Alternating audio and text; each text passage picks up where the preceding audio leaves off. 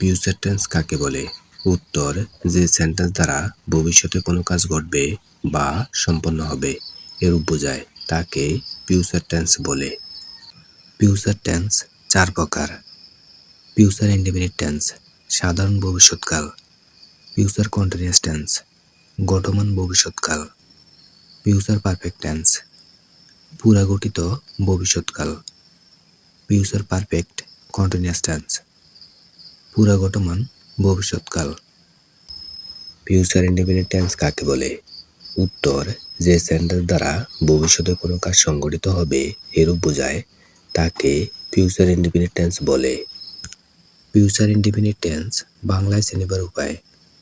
Future indefinite টেন্সের বাংলা ক্রিয়া শেষে ইব ইবে, ইবা ইবেন এদের যে কোনো একটি যোগ থাকবে।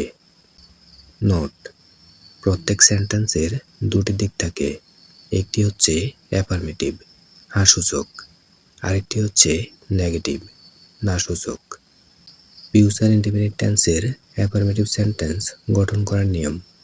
স্ট্রাকচার: প্রথমে হবে সাবজেক্ট, তারপরে হবে অক্সিলারি ভার্ব শ্যাল অথবা উইল, তারপরে হবে বি1 বা ভার্বের প্রেজেন্ট ফর্ম, তারপরে হবে অবজেক্ট। ফর এক্সাম্পল, আমি ভাত খাবো এর ইংরেজি হবে আই শ্যাল ইট রাইস। এখানে আই হচ্ছে সাবজেক্ট, শ্যাল হচ্ছে অক্সিলারি ভার্ব, ইট হচ্ছে ভার্বের বি1 ফর্ম বা প্রেজেন্ট ফর্ম, রাইস হচ্ছে অবজেক্ট। আবার আমি ভাত খাবো এর ইংরেজি আমরা লিখতে পারি আই উইল ইট রাইস। মনে রাখতে হবে আধুনিক ইংরেজিতে উইল সকল সাবজেক্টের সঙ্গে ব্যবহৃত হয় এবং শ্যাল ব্যবহৃত হয় আই এবং উই এর সাথে। যদি সেন্টেন্সটি দ্বারা ভদ্রতা বা আনুষ্ঠানিকতা প্রকাশ করে তবে শ্যাল ব্যবহার করতে হবে। পরের সেন্টেন্স, তামিম একটি বাড়ি কিনবে। Tamim will buy a house. এখানে তামিম হচ্ছে সাবজেক্ট, উইল হচ্ছে অক্সিলারি ভার্ব, বাই হচ্ছে ভার্বের বি1 ফর্ম বা প্রেজেন্ট ফর্ম, আ হাউস হচ্ছে অবজেক্ট। তারা ক্রিকেট খেলবে। They will play cricket. এখানে দে হচ্ছে সাবজেক্ট, উইল হচ্ছে অক্সিলারি ভার্ব, প্লে হচ্ছে ভার্বের বি1 ফর্ম বা প্রেজেন্ট ফর্ম, ক্রিকেট হচ্ছে অবজেক্ট। সে একটি ছবি আঁকবে। She will draw a picture. এখানে শি হচ্ছে সাবজেক্ট, উইল হচ্ছে অক্সিলারি ভার্ব, ড্র হচ্ছে ভার্বের বি1 ফর্ম বা বেস ফর্ম, আ পিকচার হচ্ছে অবজেক্ট। এবারে আমরা ফিউচার ইনডেফিনিট টেন্সের নেগেটিভ সেন্টেন্স তৈরি করব। ফিউচার ইনডেফিনিট টেন্সের নেগেটিভ সেন্টেন্স তৈরি করার জন্য শ্যাল অথবা উইলের পরে নট বসাতে হবে। স্ট্রাকচার: প্রথমে সাবজেক্ট, তারপরে শ্যাল অথবা উইল, তারপরে নট, নটের পরে বি1 বা ভার্বের প্রেজেন্ট ফর্ম, তারপরে অবজেক্ট। ফর এক্সাম্পল, তারা ভাত খাবে না।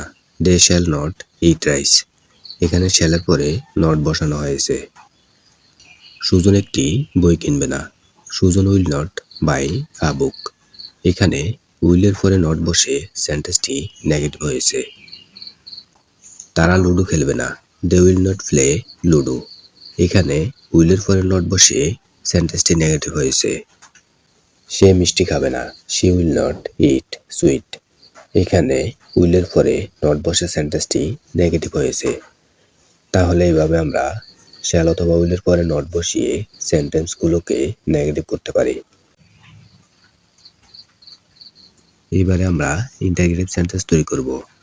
ইন্টারগেটিভ সেন্টেন্সেরও দুটি দিক থাকে, একটি হচ্ছে অ্যাফার্মেটিভ হ্যাঁবোধক, আরেকটি হচ্ছে নেগেটিভ না বোধক। প্রথমে আমরা অ্যাফার্মেটিভ সেন্টেন্স তৈরি করা শিখি। স্ট্রাকচার: প্রথমে হবে শ্যাল অথবা উইল, তারপরে হবে সাবজেক্ট, সাবজেক্টের পরে বি1 বা ভার্বের প্রেজেন্ট ফর্ম, তারপরে অবজেক্ট। ফর এক্সাম্পল, সে কি বাজার যাবে? Will he go to market? এই সেন্টেন্সটিকে আমরা ইন্টারগেটিভ করেছি এইভাবে, প্রথমে উইল ব্যবহার করেছি, তারপরে সেন্টেন্সের বাকি অংশ ব্যবহার করেছি। আর এই সেন্টেন্সের অর্থ হয়েছে সে কি বাজার যাবে?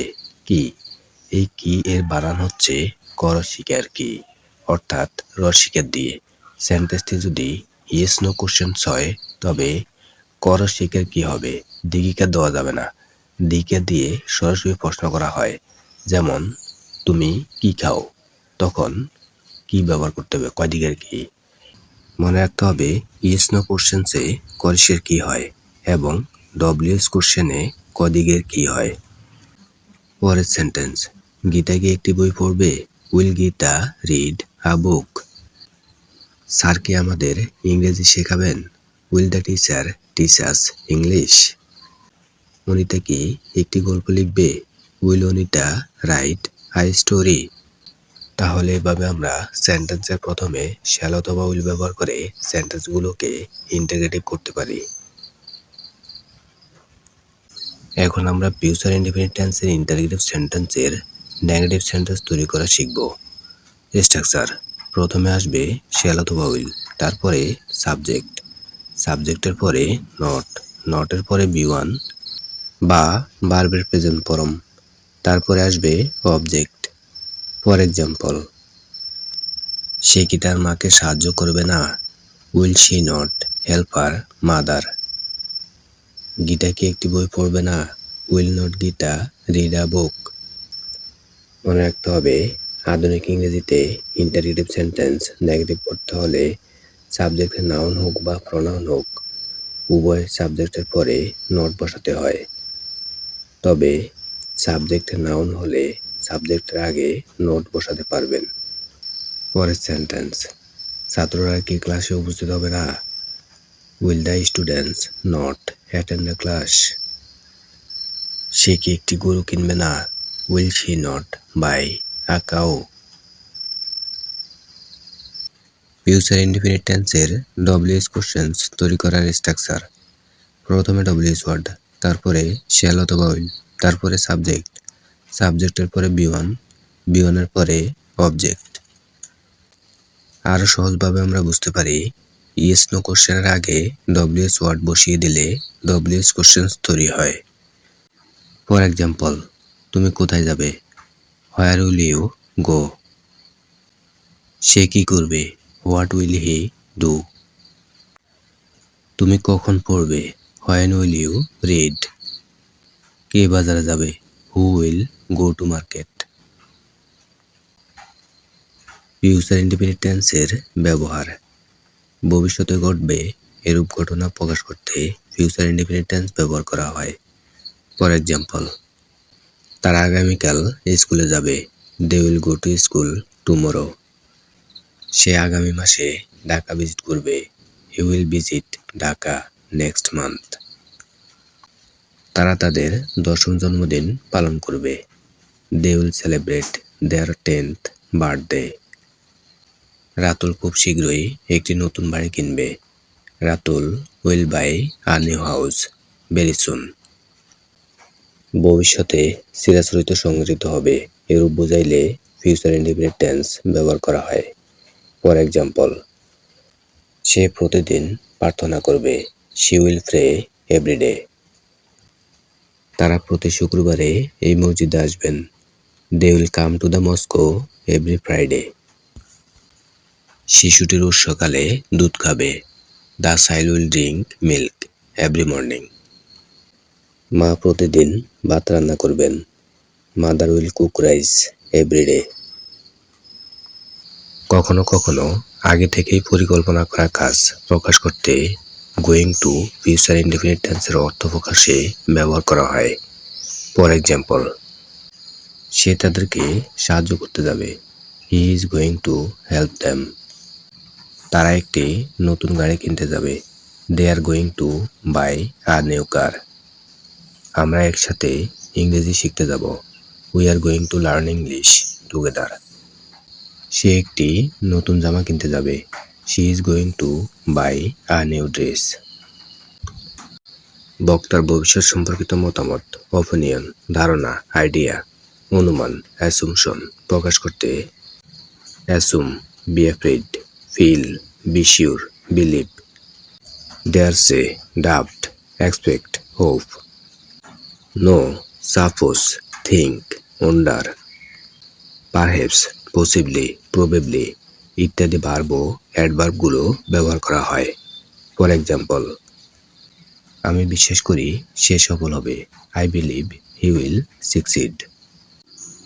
আমি আশা করি তুমি পরীক্ষায় পাশ করবে। I hope he will pass the exam. আমি আশা করি তারা শীঘ্রই পৌঁছাবে। I expect they will arrive soon. সম্ভবত আমরা সেখানে যাব। Possibly we will go there. Auxiliary verb be, have, do. Verb of sense see, hear, smell, taste, feel. Verb of emotion love, like, hate, prefer, wish.